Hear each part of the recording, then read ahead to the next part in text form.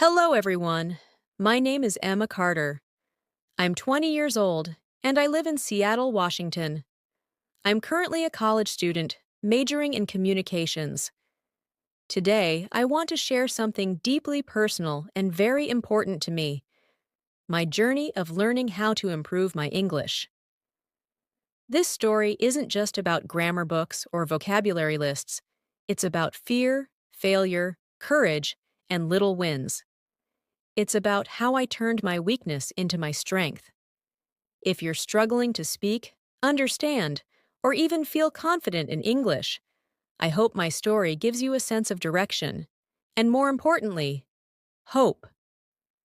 I was born in the U.S., but English was not the language I grew up speaking at home. My parents, David and Alejandra Carter, are immigrants from Colombia.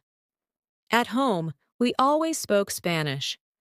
Our dinners were loud, full of stories, laughter, and music, but all in Spanish. I understood English from school, but I never felt comfortable speaking it. I was always scared that I'd mess up, sound stupid, or people would laugh. In school, I was that quiet girl in the back row during presentations. I'd get sick to my stomach every time the teacher asked me to read out loud. By the time I turned 15, I realized something important. I was living in an English-speaking country, and I couldn't speak English fluently without anxiety. It was not just about communication. It was about confidence, career, and connection. I knew I had to do something, but I didn't know where to begin. At first, I thought improving English meant reading heavy grammar books, so I bought some. I studied verb tenses, passive voice, conditionals. But guess what? My speaking didn't improve. I could recognize the grammar, but when someone asked, "How was your weekend?" I'd freeze. I couldn't respond naturally. I felt stuck. That's when I realized grammar is important, but fluency comes from usage. I remember one night, I was crying alone in my room. I was 17 then. I had just come home from school, where I'd messed up a class discussion. I couldn't express my thoughts. My classmate, Sarah, asked me what I thought about the book we were reading. I wanted to say something smart. I had ideas. But I just mumbled, "It was good. I don't know." That night, I made a decision. I said to myself, "Emma, you are not stupid. You just need practice, not fear." So here's what I did. Step 1. I changed my environment. I realized that if I kept surrounding myself with only Spanish, music, shows, friends, I would never improve. So I made small changes. I changed my phone's language to English. I started watching Netflix shows in English with English subtitles. First, I chose shows I had already seen in Spanish, like Friends and The Office, so I could understand the context. Watching these shows helped me learn natural conversation, slang, and timing. I also started listening to English podcasts while walking to school. My favorite was The English We Speak by BBC. It's short and fun. I even began repeating what the speakers said, shadowing they call it. It felt silly at first, but slowly I noticed something. I was speaking faster, more naturally. Step 2. I started speaking alone. Yes, alone. This might sound strange, but I started talking to myself in English, out loud, in the mirror while getting ready. I'd say things like, "Today I have class at 9 a.m. I feel tired, but I want to do well." I pretended I was doing a YouTube video. Slowly, I started feeling less weird and more free. No one was judging me.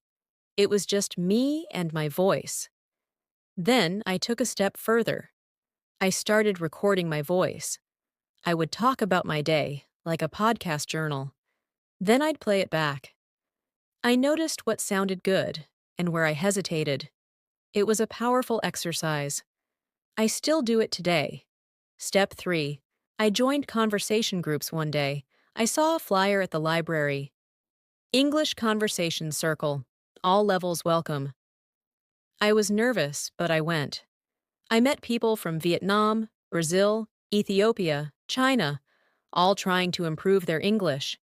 We laughed, made mistakes, and helped each other. There was no pressure, no grades, just real conversation. The group leader, Mr. Thompson, was so kind. He always said, "Mistakes mean you're trying. Don't stop." Later, I joined online conversation groups too. Websites like Tandem and HelloTalk helped me connect with native English speakers who wanted to learn Spanish. We did language exchanges, 30 minutes English, 30 minutes Spanish. It was fun, real, and effective. Step 4. I made English part of my daily life. I stopped thinking of English as a subject and started living it as a language. I followed English-speaking influencers on Instagram and TikTok. I wrote my diary in English. I even started thinking in English. At first, it was hard. My thoughts came in Spanish. Then I'd try to translate. But slowly, my mind adjusted. I also used apps like Grammarly while writing my essays. It helped me learn from my mistakes. And I used Anki to create flashcards with words I liked from books and movies. For example, I learned the phrase, "get the hang of it" from a show, and I practiced using it in real life. It's hard at first, but you'll get the hang of it. Step 5. I found a mentor. This part changed everything. In my first year of college, I met Professor Linda Jacobs. She taught public speaking. I told her about my struggle, and she smiled and said, "Emma, confidence is like a muscle. You grow it by using it, even when it shakes." She encouraged me to speak in class, even if I made mistakes. Slowly, I became more comfortable. She gave me honest feedback, and I trusted her. She once told me something I'll never forget. People don't remember your grammar. They remember your message. That gave me the courage to share my ideas, not just my words. Step 6. I accepted that mistakes are part of the journey. This was the hardest lesson. In the beginning, I was obsessed with perfection. I hated making mistakes. But now I know mistakes are evidence of progress. If you're not making mistakes, you're not trying. I still make mistakes today. Last week I said, "he don't like it," instead of, "he doesn't like it." My friend laughed and corrected me. And you know what? I laughed too. Because it's okay. I'm learning. Every day. After I began speaking more in class, I noticed something incredible. People started listening. Not because my accent disappeared overnight. It didn't. But because I had something to say that mattered. One afternoon, in my sophomore year, I was in Professor Jacobs' public speaking class. We were assigned to give a 5-minute talk on a social issue of our choice. I chose immigration, partly because it was personal, but also because I wanted to practice the precise, formal English needed for such a topic. I spent a week writing and rewriting my speech. I practiced in front of my mirror, recorded myself, and even asked my cousin Miguel, whose English was better than mine, to listen and point out awkward phrases. He told me, "Emma, when you say many immigrants face obstacles, try countless immigrants encounter barriers. It sounds more polished." Those small tweaks mattered. But more than vocabulary, I practiced pausing, learning to breathe and think, instead of filling empty space with or like. My mentor, Professor Jacobs, always stressed the power of silence. She said, "Pausing wisely signals confidence, not weakness." On the day of the speech, my heart pounded so loudly I was sure everyone could hear it. I walked to the podium, took a deep breath, and began. My voice was shaky at first. "Good afternoon, everyone. Today I want to talk about immigration." But as I progressed, I found my rhythm. When I said, "These are not just statistics, They are real stories. I saw nods in the audience. I felt the energy shift. I concluded by saying, "We must see each other's humanity beyond borders." When I finished, the applause felt like a warm wave. I nearly cried, tears of relief and pride. Professor Jacobs smiled and said, "Well done, Emma. You owned that room." That experience taught me that preparation plus practice can overcome fear. It also proved that even if your English isn't perfect, authenticity resonates more than flawless grammar. But it wasn't always smooth sailing. In fact, the next semester brought new challenges. I decided to take an advanced linguistics course because I wanted to understand the why behind the language rules.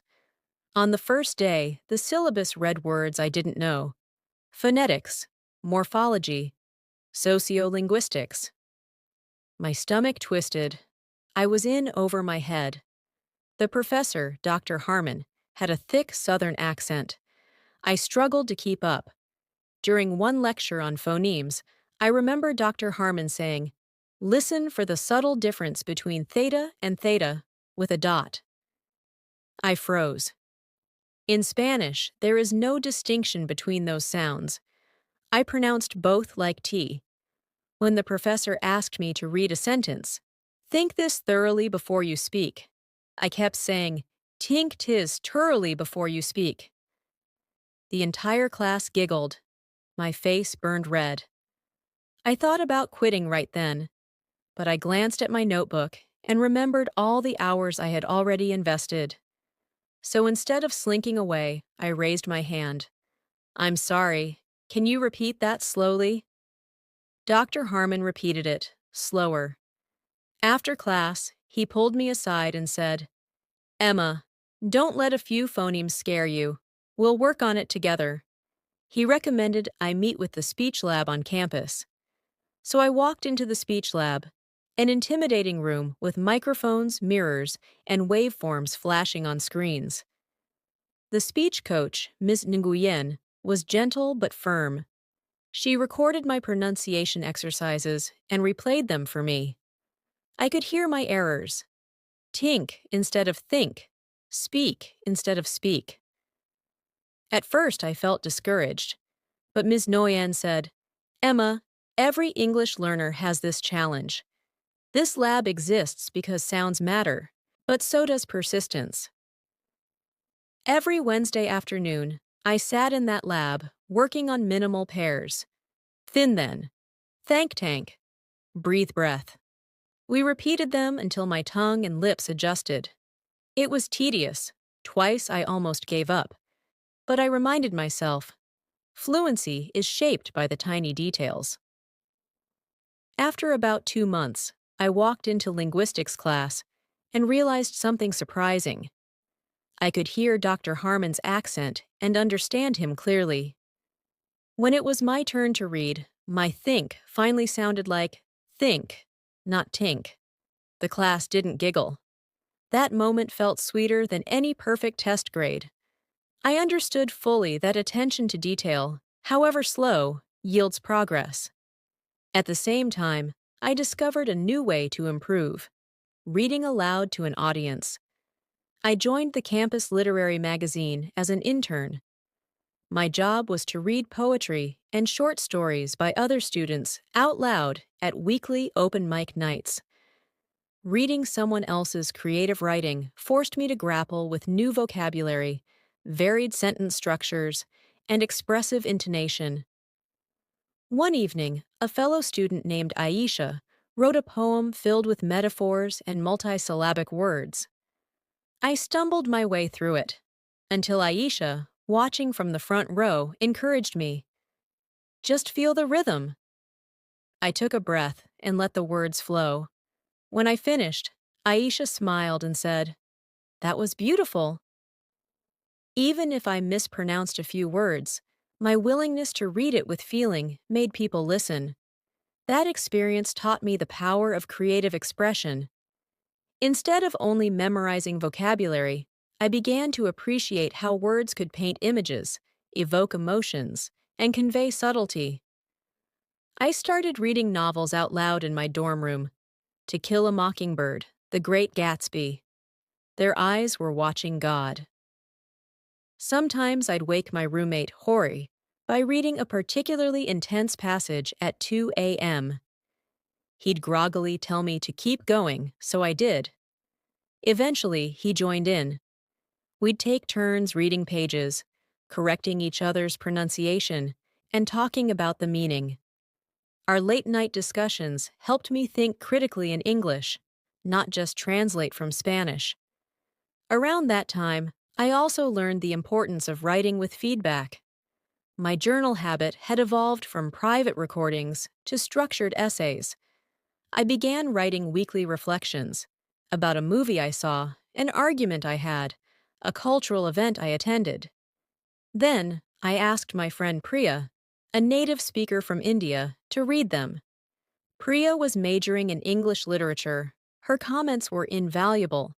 She'd underline awkward phrasing and suggest alternatives. Instead of, "I was very sad," try, "I felt a profound melancholy." At first, her suggestions felt over the top. I thought, I'm not writing a novel. But over time, I saw that infusing variety into my writing expanded my ability to think in English. I also shared those essays with Dr. Jacobs, who gave me detailed feedback on coherence and style. Through this process, I learned that writing and receiving critique were crucial, not just to correct errors, but to develop nuance and sophistication. My professors noticed my improvement. In my junior year, I took a course on media studies. One of our assignments was to create a short documentary script. I chose to explore the life of immigrant farm workers in eastern Washington, tying in my own family's background. I wrote the script in English, interviewed people in the fields, and narrated the story. When I presented it, I received compliments for clear storytelling and empathy. A classmate named Jake told me, "Emma, your English is so natural now that we forget you're a non-native speaker." Hearing that felt surreal. I realized the hours spent writing, rewriting, and asking for feedback paid off in a way that no grammar exercise alone ever could. Outside academics, I found social contexts to practice English that I'd never considered. In my freshman year, I'd avoided joining clubs because I was worried my English wasn't good enough. But in junior year, I built up courage and joined the Student Activities Board. Our job was to plan events, movie nights, charity fundraisers, guest lectures. Planning meetings involved heated debates, budgets, marketing slogans, scheduling conflicts. I was terrified of sounding ignorant when I pitched an idea. However, I reminded myself of Professor Jacobs' words, "Speak your truth. Even rough speech is better than silence." So I raised my hand and suggested a Hispanic Heritage Month event that would include bilingual poetry readings. Some members questioned why we needed bilingual content. Others loved the idea. I defended it. We're at a diverse university. Encouraging English and Spanish side by side can bring communities together. My proposal passed, and when the event's success soared with high attendance, I felt proud. That success taught me that using English in real-world leadership contexts cements your skills, because there's genuine impact at stake. I also made close friends like Maya and Jackson, both native speakers, who invited me to weekend trips. We went hiking in the Cascades, spent lazy Sundays at Lake Union, and played trivia on Tuesday nights at a local cafe.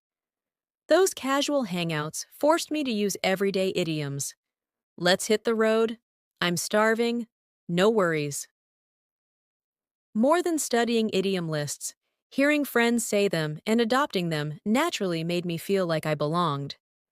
Another turning point came when I studied abroad for a semester at the University of Edinburgh, Scotland.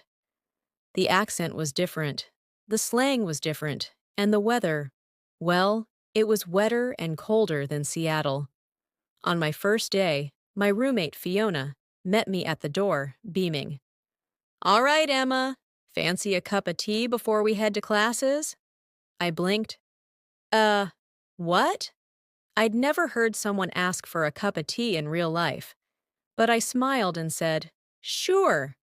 Over the next few days, I realized that British English had its own rhythm.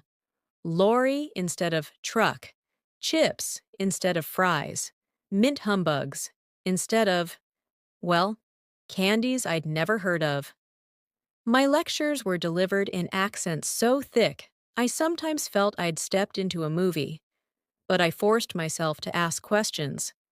Professor, could you say that part again? Each time I did, I became more attuned to different pronunciations. I also joined a conversation society on campus where international students practiced various English dialects. An Australian student named Kyle taught me to say mate, like a local. G'day, mate. An Irish student, Ulf, taught me grand to mean fine. That semester broadened my awareness. English is not a monolith. It's a spectrum of dialects and cultures. Embracing those differences made me a stronger, more flexible speaker. When I returned to Seattle, I felt transformed. I still stumbled on some idioms, and my accent never disappeared completely, but I was comfortable in diverse settings. I applied for an internship at a local news station, King 5 News, as a production assistant. My main role was to help script segments and liaise between reporters and editors. During my interview, the producer asked me, "Have you worked under strict deadlines before?" I drew upon my practice speaking during real-time editing sessions at the radio station in Edinburgh. I answered, "Yes, I've learned to think quickly in English under pressure." They offered me the internship. At the station, I sat next to seasoned journalists and wrote scripts for breakfast news segments. Occasionally, I even voice-recorded teasers. Up next, a look at Seattle's summer festivals. This role forced me to be crisp, concise, and conversational, all in English. Every time I nailed a 5-second teaser without stumbling over festivals, I felt a little rush of triumph. Back on campus for my senior year, I reflected on how far I'd come. In my freshman year, I dreaded seminars because I couldn't formulate thoughts quickly in English. Now, I led discussions and helped classmates who were non-native speakers. One evening, my friend Lee, from China, confided, "I'm so worried I'll make a fool of myself if I speak up."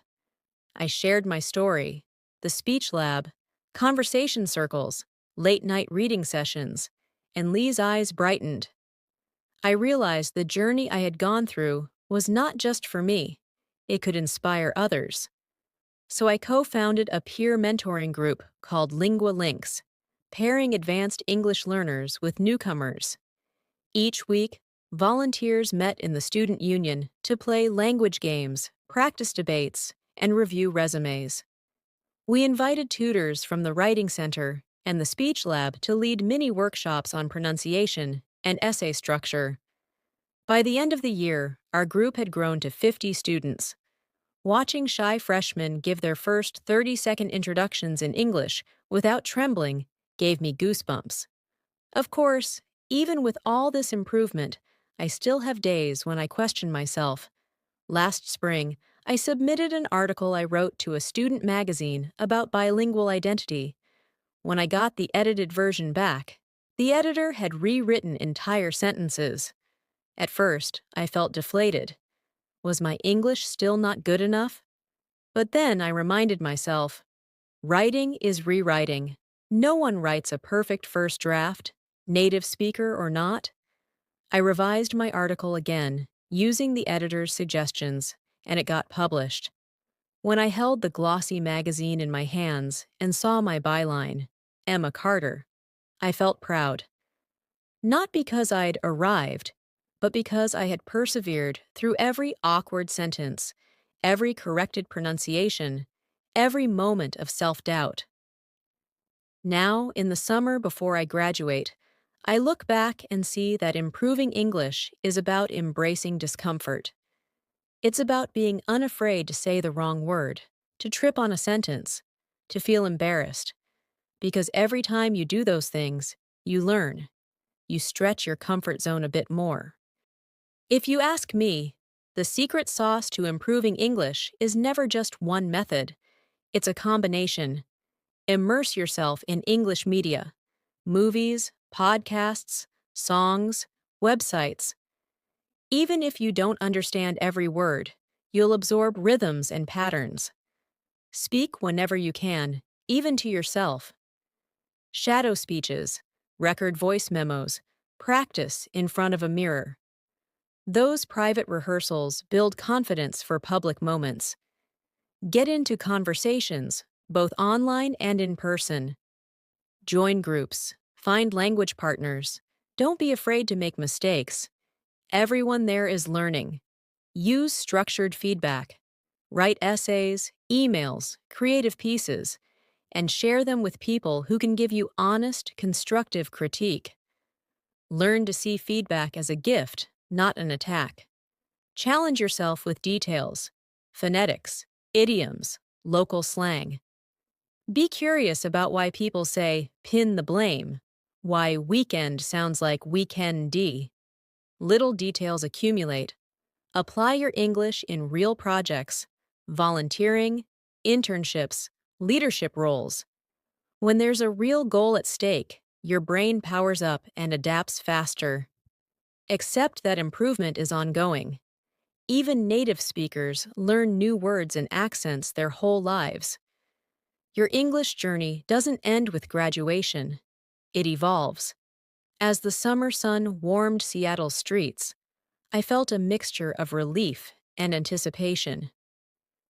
After graduation, I moved into a small apartment near Capitol Hill to begin my full-time job at Voices for Change, a nonprofit organization focusing on amplifying underrepresented communities through media. On my first day, I walked into the office building, an old brick facade, ivy crawling up the side, with a stack of fresh notebooks in hand and my heart pounding. I was both proud and nervous. Would my English hold up in a professional setting? Would I be able to pitch stories confidently to editors and producers who spoke only English? My new manager, Carlos Ramirez, greeted me with a warm smile. He was a second-generation Mexican-American who had grown up bilingual. Emma, welcome! We've seen your demo reel. Great job on the intern's project last semester. Today, you'll shadow our multimedia team. Then tomorrow, we'll have you write your first short piece, a community spotlight. He handed me a lanyard and a sleek laptop with a sticker that read, "Stories Matter." That morning, I sat in the corner of the open plan office, coffee in hand, as I watched producers discuss segment ideas. Every conversation felt rapid fire. Industry jargon, acronyms, deadlines. At one point, a producer said, "Let's run the B-roll through Avid by 2 p.m. I had no clue what that meant. I jotted it down. B-roll equals supplemental footage. Avid equals editing software. When the team broke for lunch, I approached Hannah Lee, a senior producer known for her kindness. "Hannah, could you explain what Avid means here?" She smiled and said, "Sure. Avid is our main editing software. B-roll is extra footage we cut in to support the main story. Don't worry, it took me months to learn these terms too." Just like in college, I realized again, every field has its own language. My job was to learn it. By the afternoon, Carlos gave me a simple assignment. Write a 300-word profile of a local organizer running free English workshops at a community center in Shoreline. I headed to the Shoreline Community Center on the bus, scribbling questions in my notebook. How did you start teaching English? What challenges do your students face? Their success stories? Inside, I met Ms. Nakano, a retired school teacher who had lived in Japan for 20 years before moving to Seattle. She started the free workshops because she believed language shouldn't be a barrier to civic engagement. Her students came from Thailand, Somalia, Mexico, each with their own stories of ascent and struggle. For 2 hours, I interviewed three of her students: Fadumo from Somalia, who hoped to become a nurse; Luis from Mexico, aiming to get an apprenticeship in carpentry; and An from Vietnam, who dreamed of becoming a paralegal. Their accents varied wildly, and at times I had to lean forward, concentrate on the cadence and tone, and ask them to slow down. But as they shared stitched together stories of fleeing conflict, working multiple jobs, saving for tuition, I felt my English bend and adapt. I paraphrased their thoughts in my own words. Fadumo said she often practices her English by narrating her daily routines, cooking dinner, folding laundry, to herself before bed. Every sentence I typed felt like both a tribute and a challenge to express accurately. When I returned to the office, I poured myself into writing, carefully choosing words that captured not only facts, but emotion. Ms. Nakano's workshops are more than language lessons. They are lifelines of community and belonging. The next morning, Carlos reviewed my draft. He underlined phrases and suggested stronger verbs. Change Ms. Nakano's classes help people to Ms. Nakano's classes empower participants. I nodded and rewrote accordingly. A small victory. The published profile appeared on the nonprofit's website later that week under the headline, Finding Voice Through Language.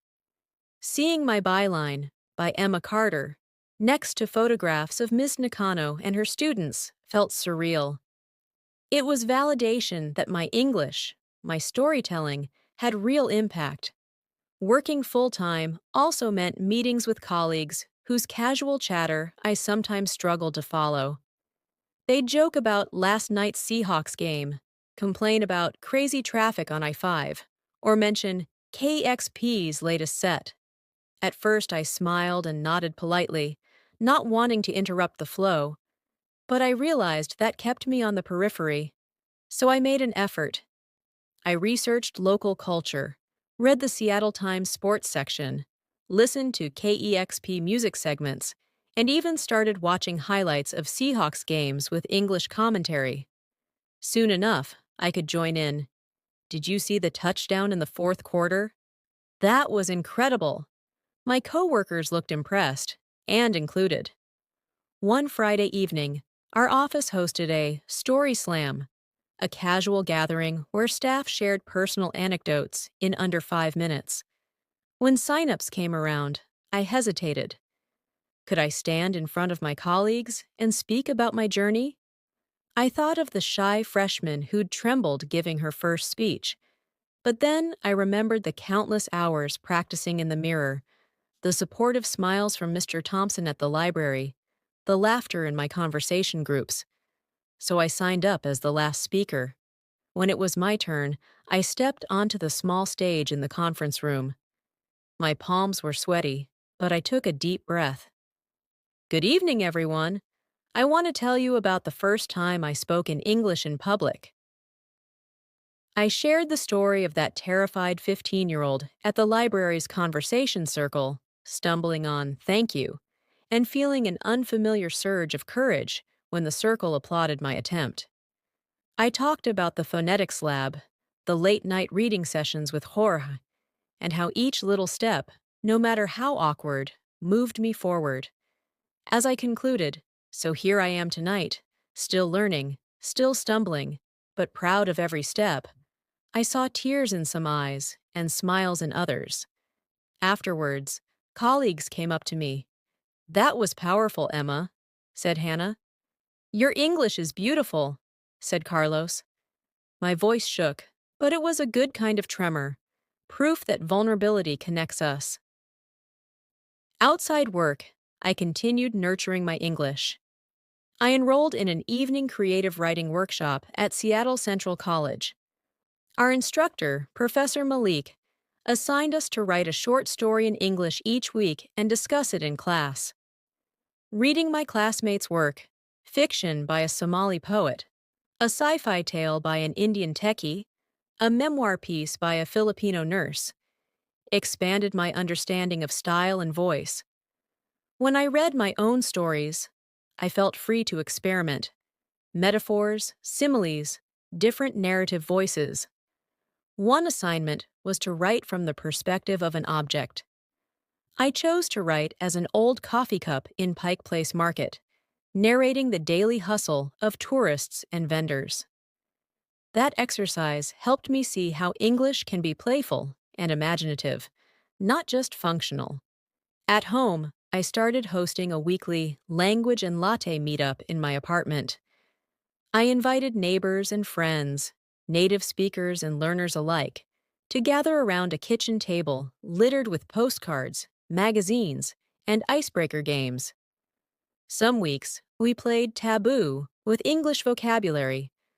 Other weeks, we read short passages from books and discussed imagery. People brought pumpkin muffins, scones, chai lattes. The clatter of dishes and laughter filled the room as people from all over the world shared their stories. I watched newcomers gain confidence, sometimes stumbling on squirrel or ephemeral, then laughing and trying again. Every time I facilitated a discussion successfully, I felt my leadership skills and English fluency strengthening in tandem. As the months rolled into my first work anniversary, I looked back at my journey. From that scared 15-year-old to a confident media professional who could tell stories, host meetups, and even mentor others. One crisp autumn morning in October, I received an email from Seattle Public Radio inviting me to audition for a guest host spot on a weekend program about immigrant experiences. I nearly dropped my mug of coffee. My mind raced. What if I stumble over my words? What if my accent is too strong? But then I remembered every time I'd been afraid and pushed forward anyway. So I prepared. I watched hours of podcast interviews, practiced my introduction in front of Jorge, who was now my roommate and best critic, and wrote bullet points for potential questions. On the audition day, I sat in a small booth, headphones on, heart thundering. The producer said, "Emma, whenever you're ready, tell us about why improving English matters to you." I closed my eyes for a second, took a breath, and spoke. When I first started learning English, I was terrified. I thought I'd never be able to express my thoughts without stumbling. But over the years, I discovered that improving your English isn't about perfection, it's about connection. I shared a condensed version of my story, weaving in anecdotes of the conversation circle, the phonetics lab, and the language and latte meetups. After a few minutes, I signed off. Thank you for listening to my journey. I'm Emma Carter, and I believe every voice deserves to be heard. The producer smiled through the glass and gave me a thumbs up. A week later, I received the good news. I got the guest host spot. My first segment aired on November 8th, 2025, exactly 1 year after I started at Voices for Change. When I tuned in that Saturday morning, my voice sounded clear, authentic, and undeniably my own. Listeners called in to share their own stories of learning English, some from Mexico, some from the Philippines, some from right here in Seattle. I responded naturally, validated their struggles, and offered encouragement. By the end of the hour, I felt a profound sense of fulfillment. I was not just speaking English, I was using it to build community. Today, as I write this, I've realized that my journey, though deeply personal, reflects a universal truth. Language is a bridge between people, a tool for empathy, and a canvas for creativity. If you are reading this and still doubting yourself, here's my final piece of advice. Find your why. For me, my why was wanting to tell stories that mattered. For you, it might be to advance your career, connect with new friends, or share your culture with the world. Whatever your reason, let it fuel you. Every time I look back at old videos of myself, voice shaking, words halting, I smile. They remind me of how far I've come, but also of the skinny, sprawling path still ahead. English, like any language, is alive and evolving. There will always be new phrases, new colloquialisms, and new accents to learn. But if you keep listening, keep speaking, and keep believing in your own voice, you'll find that each step, no matter how small, pushes you toward fluency. So, dear reader, whether you're a student like I once was, an immigrant navigating a new culture, or someone who simply wants to sharpen your English skills, know this: you belong in the conversation.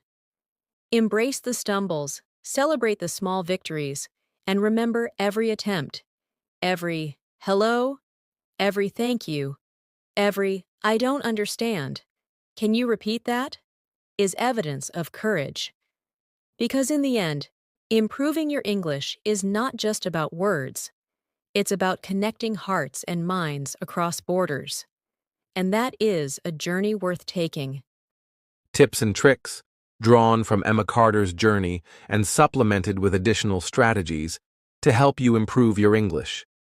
Each section is explained in detail, with practical examples and suggestions.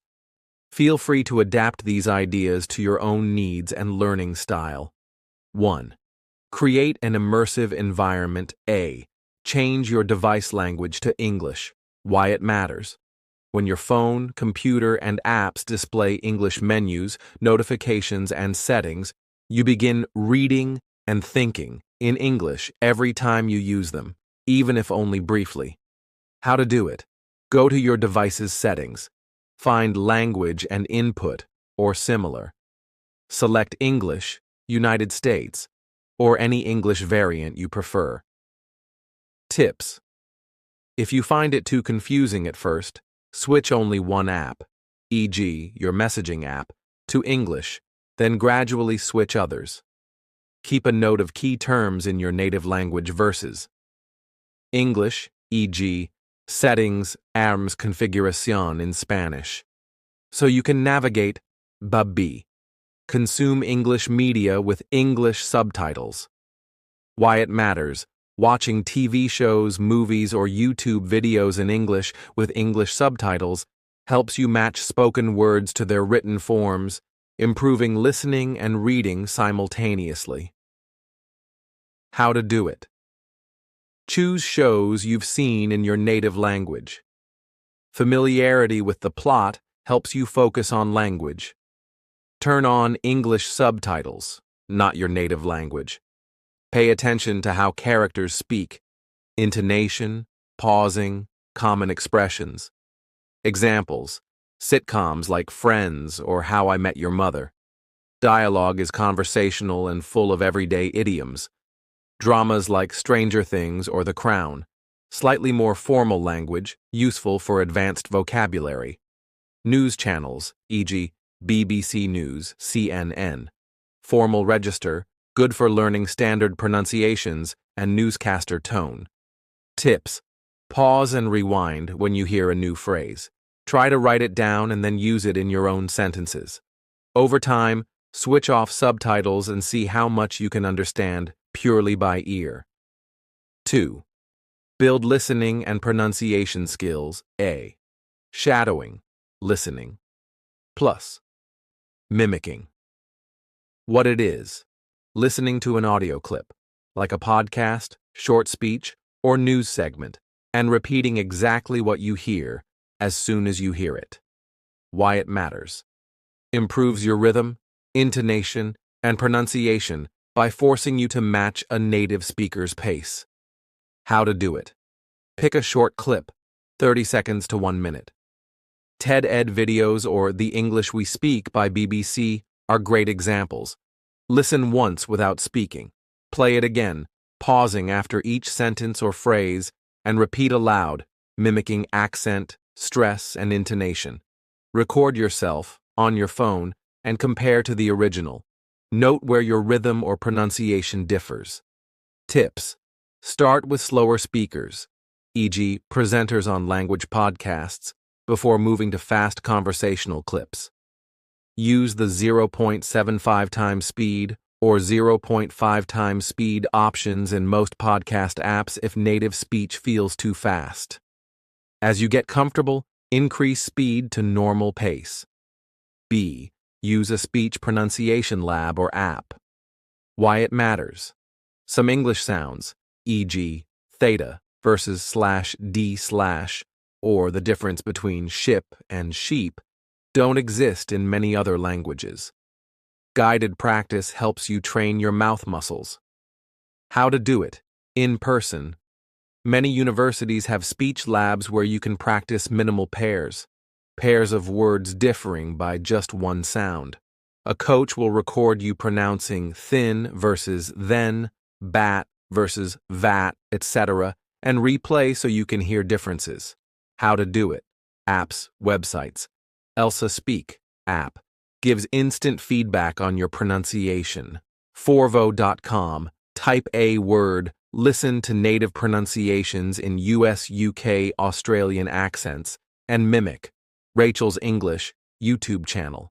Lots of free lessons on individual sounds and mouth positioning. Tips: practice 5 to 10 minutes per day on difficult sounds, e.g., th, r, l, v. Record short sentences that contain target sounds. For instance, 33 thirsty thieves thought they'd thrive. Gradually integrate those sounds into your everyday speech. 3. Strengthen speaking confidence. A. Talk to yourself. Mirror practice. Why it matters. Speaking out loud, even if no one is listening, reduces fear of being judged. It helps you form sentences fluently and to hear your own voice. How to do it. Stand in front of a mirror. Choose a topic, e.g., what I did today, my favorite movie, why I want to improve my English. Talk continuously for 2 to 3 minutes, as if you are giving a short monologue. Tips: pretend you're recording a vlog or podcast. Make it expressive. Use gestures and facial expressions. This mimics natural conversation. Try question and answer format. Pose a question to yourself, what book am I reading? And then answer. B. Record and review your voice. Why it matters. Hearing yourself picks up hesitations, filler words like, you know, and recurring pronunciation quirks. How to do it. Use your phone's voice recorder or an app like Voice Memos, iOS, or Easy Voice Recorder, Android. Choose a prompt, e.g., describe your last vacation in English for 1 minute. Record yourself without stopping. Listen back and note places where you hesitated, words or phrases you stumbled over, tone and intonation. Does it sound flat or monotone? Re-record, trying to smooth out those spots. Tips: keep a journal, audio journal. Record 1 to 2 minutes each day. Over weeks, you'll hear measurable improvement. Share your recordings with a trusted friend or tutor for specific feedback. Where do I need to improve inflection? Or, do I sound hesitant? C. Join conversation groups, in person or online. Why it matters. Real-time interaction with other learners, and ideally some native speakers, builds confidence and simulates real-life conversation. How to do it. In person. Check your local library, community college, or community center for English conversation circles. Attend consistently, e.g., every Thursday evening. Prepare a few talking points in advance. Describe your hometown. Explain your favorite hobby. Volunteer to present your prepared topic for 2 to 3 minutes, then answer questions. How to do it. Online. Tandem or Hello Talk. Language exchange apps that match you with native English speakers who want to learn your language. Schedule 30-minute sessions. 15 minutes English, 15 minutes your native language. ConversationExchange.com. Find pen pals or voice chat partners. Meetup.com. Look for local English conversation groups in your city. Tips. Don't aim for perfection in those sessions. Your goal is to communicate ideas, not to avoid every grammar mistake. Be an active listener. Paraphrase what your partner said to confirm understanding. So you're saying that when you don't understand something, just say, "Sorry, could you repeat that?" Or, "Can you explain that word?" Native speakers are usually very patient. 4. Enhance reading techniques. A. Read aloud regularly. Why it matters. Reading silently builds comprehension, but reading aloud trains pronunciation and fluency.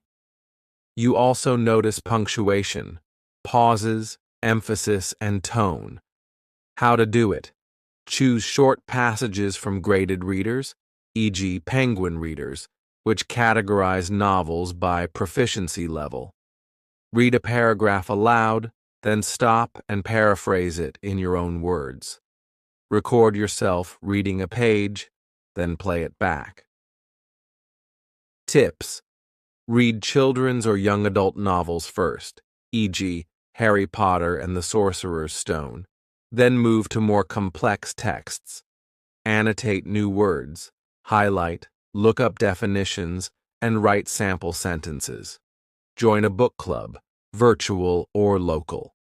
Even if you don't discuss every single word, talking about plot and characters helps build speaking confidence and vocabulary. B. Use graded readers and adaptive reading apps. Why it matters. Graded readers are simplified versions of classic novels or original stories tailored to different levels, A1, A2B1, etc. Adaptive apps adjust difficulty based on your progress. How to do it. Find a series like Oxford Bookworms or Cambridge English Readers at your level. Check the back cover for level info. Read one short story or a few chapters each week. Keep a vocabulary notebook. Write down 5 to 10 new words per reading session. Note example sentences and synonyms. Review them on weekends with a spaced repetition method, e.g., Anki. Apps, websites, readtheory.org, free reading comprehension passages, adaptive to your level. LingQ lets you import articles, highlight unknown words, and practice gradually. Tips. After finishing a graded reader, write a 1-paragraph summary in English. This cements comprehension and writing practice. Discuss plot twists or character motivations with a friend or tutor. This practices conversational analysis of the text. 5. Strengthen writing skills. A. Keep a daily journal in English. Why it matters. Writing regularly, even short entries, helps you think in English. Over time, you'll find your sentences flow more naturally. How to do it. Every evening, write 100 to 200 words about your day, what happened, how you felt, any reflections. Focus on expressing ideas rather than perfect grammar. After writing, quickly review. Circle 3 words or phrases you're unsure about. Look them up or ask a friend. Tips. Use prompts if you feel stuck. What was the best part of my day? Describe one thing I learned today. What are my goals for tomorrow? Over weeks, track improvements. Maybe at first you wrote very simple sentences. I went to class. I ate lunch. Later, you'll see more complex structures. After attending my 9 a.m. class, I grabbed a sandwich before heading to the library to study for finals. B. Write short essays and seek feedback. Why it matters. Structured essays train you to organize ideas, use varied vocabulary, and practice formal register when needed. Feedback pinpoints your habitual errors. How to do it. Choose topics that interest you or relate to your studies, work. Examples: the pros and cons of social media, my ideal career, how technology affects learning. Write a 300 to 500 word essay once a week. Exchange essays with a native speaker friend, tutor, or use online services. lang-8.com. Native speakers correct your writing. italki.com. Hire a tutor for one-on-one written feedback. Review the corrections. Note recurring errors, e.g., article usage, verb tense. Create a mistake log to track these patterns. Tips: when someone corrects your essay, don't just accept changes. Ask why. Why is it better to say "in contrast to" instead of "but" here? After a month or two, revisit your first essays. Notice improvements in grammar, vocabulary choices, and organization. 6. Expand vocabulary strategically. Use spaced repetition flashcards, e.g., Anki. Why it matters? Spaced repetition is scientifically proven to help move information from short-term to long-term memory. How to do it. Download Anki, desktop or mobile. Create a deck named English Vocabulary. Whenever you learn a new word, e.g., from reading, listening, conversation, add it to a flashcard. Front, the word, e.g., ephemeral. Back, definition, lasting for a very short time. Part of speech, adjective. One example sentence: the beauty of the sunset was ephemeral. Review your deck daily. Anki will schedule each word's next review at increasing intervals. Tips: include collocations, words that often go together. For ephemeral, you might note ephemeral joy, ephemeral beauty. Add images or audio. Anki lets you attach photos or record pronunciation. Limit new cards to 10 to 15 per day so you don't get overwhelmed. B. Learn phrases and collocations, not just isolated words. Why it matters. Native speakers think in chunks. Make a decision. Take into account, rather than single words. Learning these word groups makes your speech and writing sound more natural. How to do it. Keep a phrase journal alongside your vocabulary notebook. When you hear or read a set phrase, e.g., break the ice, in a nutshell, go the extra mile, write it down in context. Phrase, go the extra mile. Context, my professor always goes the extra mile to help students understand the material. Practice using that phrase in multiple contexts. Write a sentence about work, school, or daily life using "go the extra mile." Tips: focus on thematic vocabulary. For example, words, phrases related to academic life, work, family, travel. If you know your upcoming needs, e.g., job interviews, learn phrases common in those contexts. I have strong interpersonal skills. I'm results-driven. I can multitask effectively.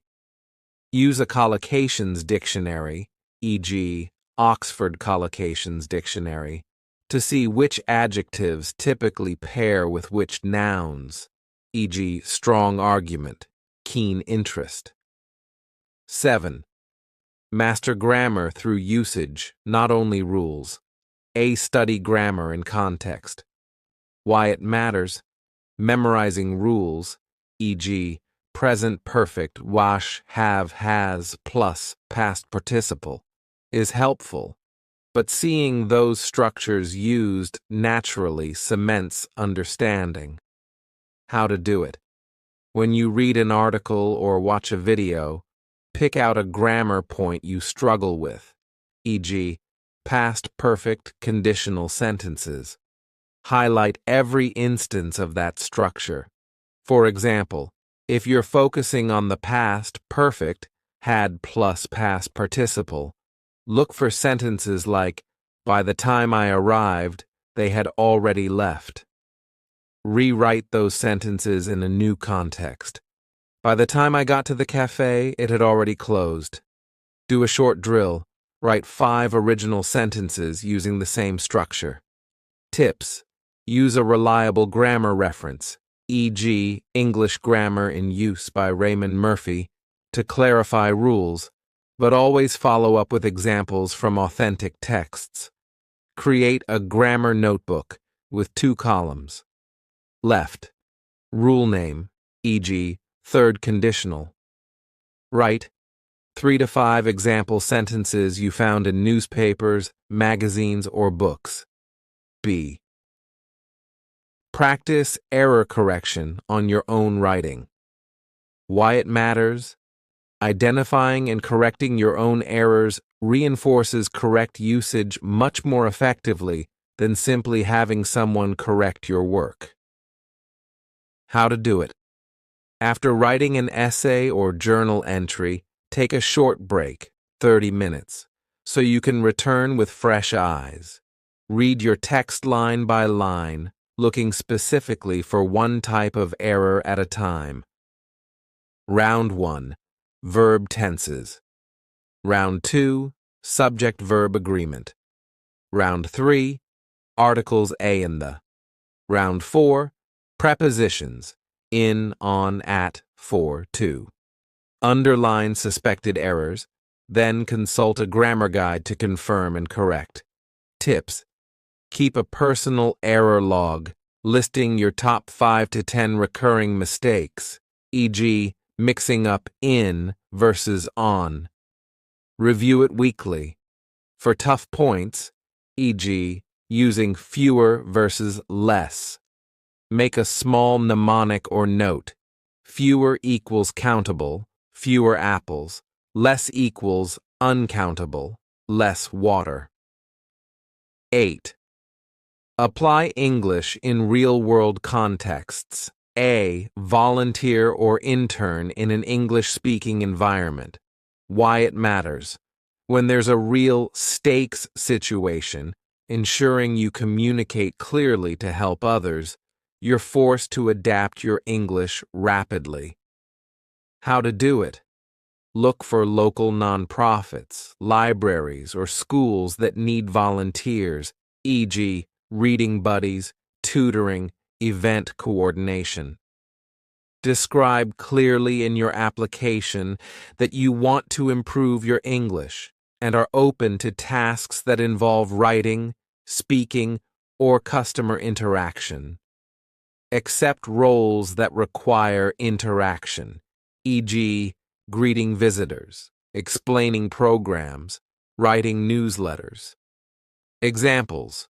Running a free English workshop at a community center, like Ms. Nakano in Emma's story. Helping at an ESL, English as a second language, classroom as a teaching assistant.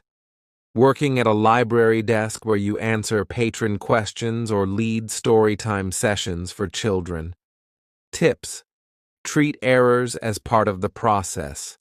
If you mispronounce or construct a sentence awkwardly, simply clarify, "Let me restate that," or "What I meant to say is." Take notes during tasks. If someone uses an unfamiliar phrase when discussing paperwork or schedules, ask them to explain the meaning and write it down. B. Join clubs, societies, or teams. Why it matters. Engaging in activities you enjoy, sports, arts, debate, gives you a shared focus, easing the pressure on language. Over time, as you build camaraderie, you'll feel more comfortable speaking. How to do it. Identify your interests, e.g., hiking club, poetry slam, debate team, film society, coding group. Attend at least 2 sessions to get a sense of the dynamic. Volunteer for small responsibilities, taking attendance, making announcements, or sharing a short update at the end of meetings. Tips. In sports or outdoor clubs, e.g., hiking, you'll learn jargon, peak, trailhead, elevation gain, which builds practical vocabulary. In creative clubs, e.g., writing circles, you'll receive feedback on descriptive language, storytelling techniques, and genre-specific conventions. If you join a debate or public speaking club, like Toastmasters, you'll practice impromptu speaking, organizing thoughts quickly in English, which boosts spontaneity. 9. Harness technology and online resources. A. Use language learning apps strategically. Examples: Duolingo, Memrise, Babbel, Busuu. Why it matters. These apps gamify vocabulary building and grammar practice, offering daily reminders and progress tracking. How to use them effectively. Set a daily goal, e.g., 10 to 15 minutes per day. Focus on stories or conversations features, available in some apps, rather than isolated word drills. These contextualize words in realistic dialogues. Review mistakes reports at the end of each lesson. Note patterns. Do you confuse he versus she, to versus to? Then focus your notebook review on those patterns. Tips.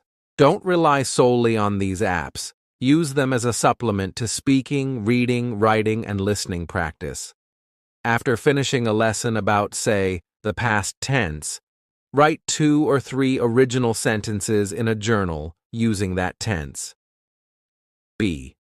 Follow English learning podcasts and YouTube channels. Why it matters. Podcasts and YouTube channels dedicated to English learners break down grammar, vocabulary, pronunciation, and cultural nuances in bite-sized episodes. Recommended sources: podcasts, The English We Speak, BBC Learning English, 3 to 4 minutes per episode, focusing on one idiom or phrase. All Ears, English, conversational style, covering colloquialisms, slang, and real-life tips. Better at English, unscripted conversations between hosts, covering a wide range of topics. YouTube channels: Rachel's English, detailed pronunciation lessons, mouth position, tongue placement, intonation. English with Lucy covers grammar, vocabulary, pronunciation, and British versus American usage. Learn English with TV series, breaks down dialogues from popular shows, how to integrate them. Subscribe and set aside 15 to 20 minutes daily during commute, chores, or exercise. Take notes on new phrases or pronunciation points. Try to use one new phrase from each episode in your next conversation or writing. Tips: replay episodes to catch nuances you missed the first time. Pause and repeat sections that contain difficult sounds or advanced phrases. 10. Overcome common challenges. EA. Fear of making mistakes. Error aversion. The challenge. Many learners freeze up because they worry about sounding stupid or being mocked. How to overcome it. Reframe mistakes as evidence of progress. Each mispronounced word or grammar slip shows you're pushing boundaries. Keep a mistake diary.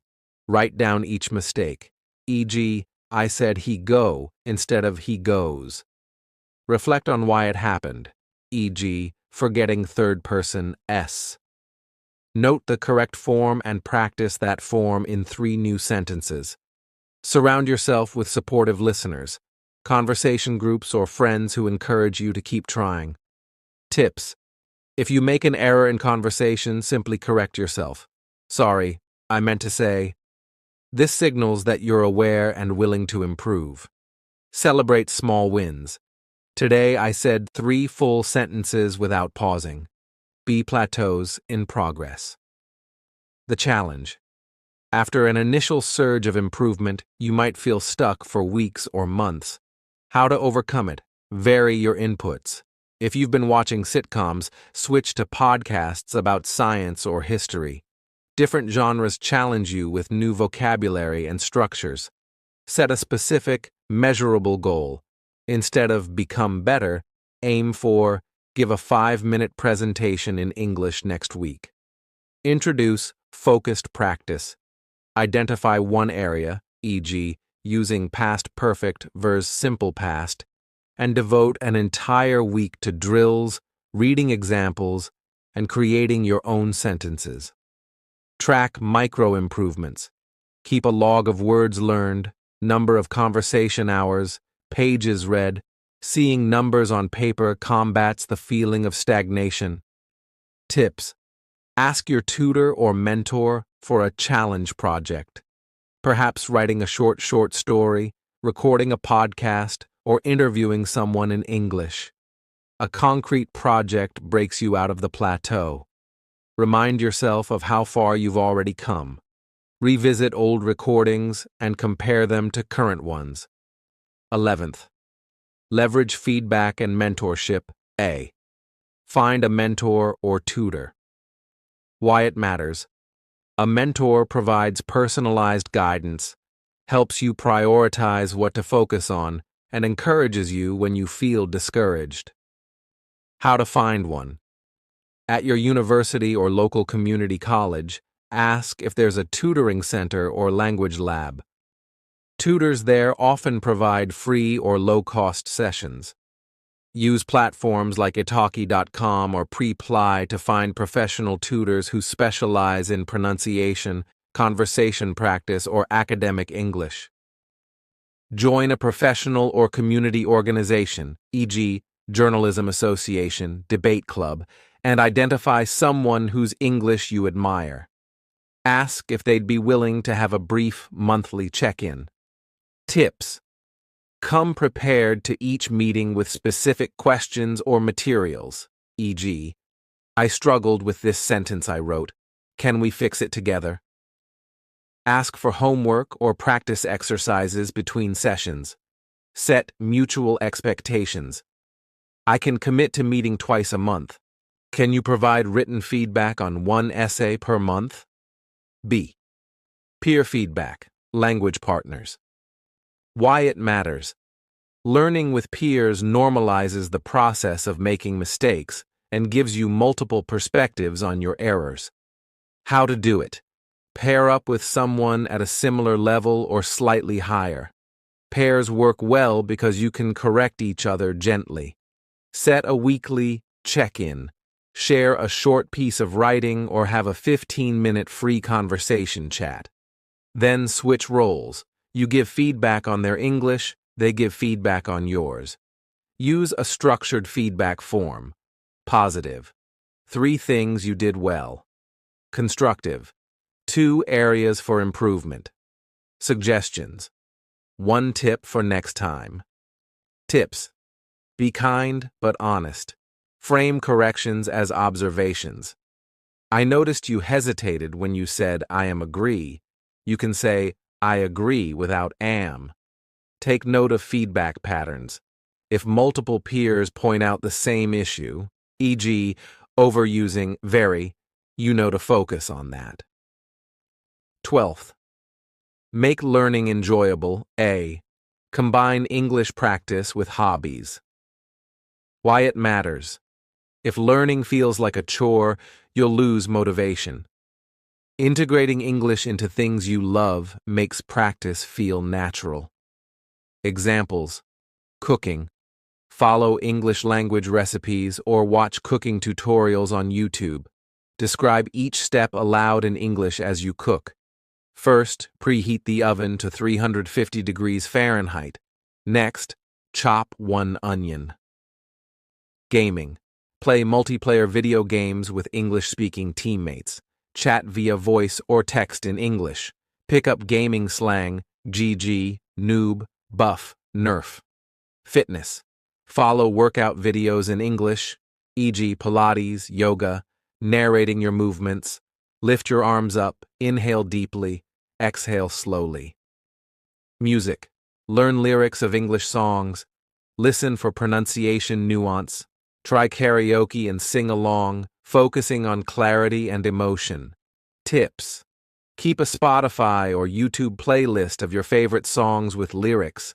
Pause and write down unfamiliar words or idioms. Use interactive platforms like Duolingo Stories, short gamified narratives, that combine reading and listening with comprehension questions. B. Set mini challenges and celebrate wins. Why it matters. Breaking a big goal, become fluent, into smaller, measurable tasks builds momentum and confidence. How to do it. Weekly challenge, e.g., have a 5-minute phone call in English with a friend, or order coffee in English without switching to your native language. Monthly challenge, e.g., give a 3-minute presentation to my study group, or write a 500-word blog post in English. Celebrate wins. Each time you complete a challenge, treat yourself. Watch a favorite show, enjoy a special dessert, or share your success on social media. Tips. Keep a progress board. On a whiteboard or in a journal, write down each challenge and mark it as checkmark when completed. Seeing a row of check marks is motivating. Pair up with a friend and hold each other accountable. If I don't practice ordering coffee in English by Friday, I owe you lunch. 13. Focus on real-life communication, not perfection. Prioritize clarity and meaning over perfect grammar. Why it matters. Native speakers rarely speak in perfectly grammatical sentences. They focus on conveying ideas, even if it means saying, I'm going to go store, instead of, I'm going to the store. How to practice. Engage in transmission-oriented tasks. Ask for directions, order lunch, make small talk, situations where your message matters more than flawless form. After speaking, reflect. Was I understood? Did I get my point across? If yes, then you achieved your goal. Tips. Use filler phrases that help you think, let me see. Well, actually, what I mean is, these buy you time and sound natural. If you stumble, you can say, sorry, let me rephrase that. Rather than getting stuck trying to find the perfect structure, B.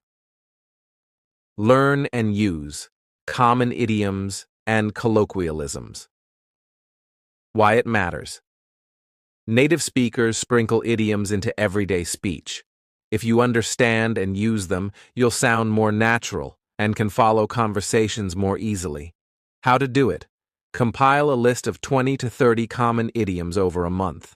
For example, break the ice, to relieve tension at the start of a conversation. Hit the books, to study hard. Piece of cake, something very easy. Under the weather, feeling sick. Cut to the chase, get to the point. For each idiom, write a definition in your own words. Find 2 example sentences from authentic sources, articles, movies, podcasts. Create a new sentence, e.g., I was so nervous to meet my boss, but his friendly smile helped break the ice. Practice using at least 1 idiom per day in conversation or in your writing. Tips. Focus on idioms that are widely used in the U.S., e.g., on the same page, let the cat out of the bag, spill the beans. Watch for idioms in TV shows. Pause when you hear one, note it down, rewind, and practice mimicking the usage and tone. 14. Build a well-rounded study plan A. Combine the 4 core skills: listening, speaking, reading, writing. Why it matters. Ignoring one skill, e.g., writing, can create gaps. Even if you speak well, you might struggle with formal emails or essays. How to structure a weekly plan. Example for 7 days. Monday. Listening. 20 minutes of a language podcast. Take notes on new words. Speaking. Shadow a 3-minute TED Talk. Record and compare. Tuesday. Reading. 30 minutes of a graded reader or news article. Highlight unfamiliar vocabulary. Writing. Write a 200-word summary of what you read. Have a friend or tutor correct it. Wednesday. Listening, speaking. Attend a 1-hour conversation circle. Aim to speak at least 3 times. Pronunciation. 10 minutes in a speech app practicing th and rl sounds. Thursday. Reading.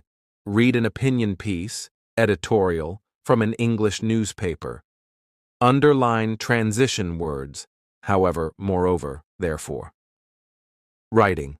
Write a response to that editorial, 150 to 200 words. Friday. Listening. Watch an episode of a sitcom with English subtitles. Write down 5 idioms. Speaking. Use those idioms in a 2-minute self-recorded monologue explaining a personal anecdote, e.g., my weekend was a piece of cake. Saturday real-world application. Volunteer 2 hours at an ESL class or community event where you speak English. Vocabulary. Spend 20 minutes reviewing Anki flashcards, new and do. Sunday reflection day. Re-listen to your week's recordings from Tuesday and Friday. Note at least 3 improvements and 3 areas to keep working on. Rest and reward. Watch a bilingual movie, English, your native language, or read an English short story for enjoyment, B. Set SMART goals. Why it matters. Specific, measurable, achievable, relevant, time-bound goals keep you accountable and focused. How to create them. Specific. Instead of I want to improve vocabulary, say, I want to learn 50 new English words related to my field of study in 4 weeks. Measurable. I will record and learn 10 new words per week and review using Anki daily. Achievable. Ensure 50 words in 4 weeks, about 13 words per week, is realistic for your schedule. Relevant. If you're a nursing student, focus on medical terminology, e.g., cardiology, hypertension, dosage, protocol. Time-bound. By July 31st, I will use at least 30 of those words correctly in conversation or writing. Tips. Write your goals on a sticky note and place it where you study. Review progress weekly. Tick off weekly sub-goals. Adjust pace if necessary. 15th. Leverage cultural immersion A. Attend local events and meetups in English. Why it matters. Experiencing English in a cultural context, art shows, lectures, community festivals, teaches language tied to social norms, humor, and local history. How to do it. Check community boards, local newspapers, or websites like Eventbrite and Meetup for events, poetry readings, art openings, open mic nights. Go with a friend or join solo. Either way, try to introduce yourself to at least one new person. Use simple conversation openers. Hi, I'm Emma. Nice to meet you. Have you been to this event before? What did you think of that last poem? Take notes on any unfamiliar expressions or references. Did you catch that metaphor about the moon as a silent witness? Tips. Choose events that genuinely interest you. E.g., if you love art, go to gallery nights. Intrinsic motivation boosts confidence. Follow up with people you meet. It was nice talking to you about that poem. Do you have any book recommendations? This practices written English, email or message, plus oral recall. B. Engage with native speaker friends. Why it matters. Casual conversations with friends reinforce informal, idiomatic language that textbooks often overlook. How to do it. Invite friends to casual gatherings at your place, game night, potluck dinner, movie night. Plan to speak mainly in English. During conversation, if a native speaker uses slang or a regional phrase, ask for clarification. What does get bent out of shape mean? Offer to reciprocate. Teach them something in your language or share cultural insights, making the exchange feel balanced. Tips. If you misinterpret a slang phrase, ask, "Did you mean upset when you said bent out of shape?" This shows you're actively learning. Write down any new idioms or expressions in a slang notebook and practice using them in subsequent conversations. 16. Leverage formal courses when needed. Enroll in a structured ESL, English as a Second Language program. Why it matters. Professional ESL instructors focus on a curriculum that balances grammar, vocabulary, writing, reading, listening, and speaking. How to do it. Research local community colleges or adult education centers offering ESL classes. Many have level-based courses, beginner, intermediate, advanced. Take a placement test to identify your level, then enroll in the appropriate class. Classes often meet 2 to 3 times per week. Participate fully. Do homework, ask questions, and take notes on cultural points, e.g., idiom usage, politeness conventions. Tips. Use class assignments as opportunities. Write a formal letter, give a classroom presentation, or join group discussions. Form study groups with classmates to practice outside of class. B. Take subject-specific English courses, e.g., business English, academic writing. Why it matters. If you need English for a particular purpose, business presentations, academic papers, technical documentation, these courses provide targeted practice. How to do it. Identify your goal. E.g., I need to write research papers in English, so look for an academic writing course. Enroll in workshops or short-term courses. Many universities and language institutes offer 4 to 8-week modules. Complete assignments that mirror real-world tasks, business emails, memos, proposals, or literature reviews. Tips. In a business English class, practice phone scripts. Good afternoon, this is Emma Carter calling from XYZ Corp. How may I assist you today? Record yourself giving a mock presentation, then ask classmates or instructors for specific feedback on clarity, tone, and professional vocabulary. 17. Maintain a growth mindset. A. Embrace lifelong learning. Why it matters. Even native speakers continually learn new words, idioms, and usage. English evolves, new slang emerges, and meanings shift. Viewing language as a lifelong project keeps you motivated and adaptable. How to foster it. Set a habit.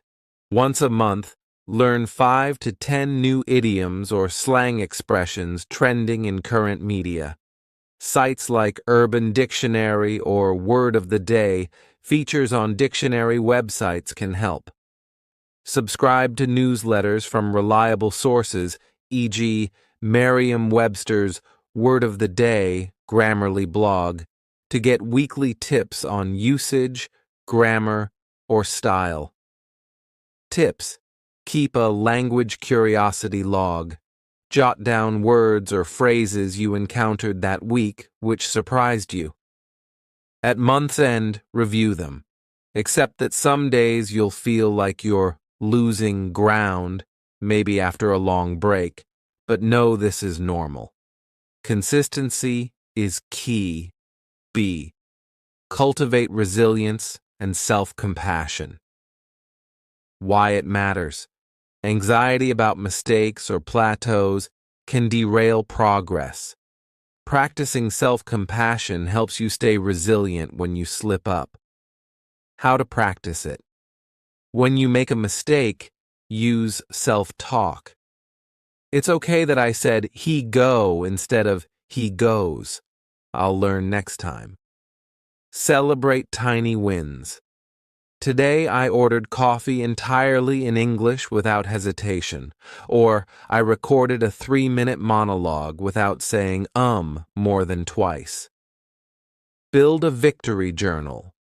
Once a week, write down 3 things you did well in English. Reviewing these entries during tough times reminds you of your achievements. Tips. Share your struggles with a supportive friend or mentor. They can remind you of progress you might have forgotten. If you feel overwhelmed, take a short break. Watch a relaxing English language show or read a fun comic. Return refreshed. 18th. Monitor progress and adjust strategies. A. Conduct periodic self-assessments.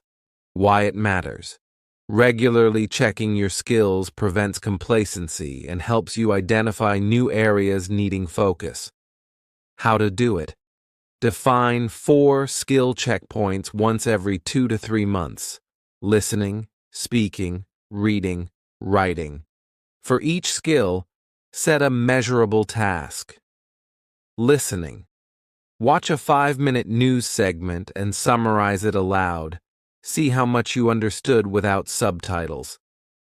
Speaking. Record a 2-minute impromptu talk on a random topic. Use a YouTube-based random topic generator. Evaluate fluency and accuracy. Reading. Pick a 500-word article from an English newspaper and aim for 90% comprehension without dictionary. Writing. Write a 400-word opinion piece. Compare corrections from 2 months ago to see if error rates have dropped. Score yourself or have a tutor rate you on clarity, grammar, vocabulary range, and confidence. Tips. Keep copies of your recordings and written work. Label them by date.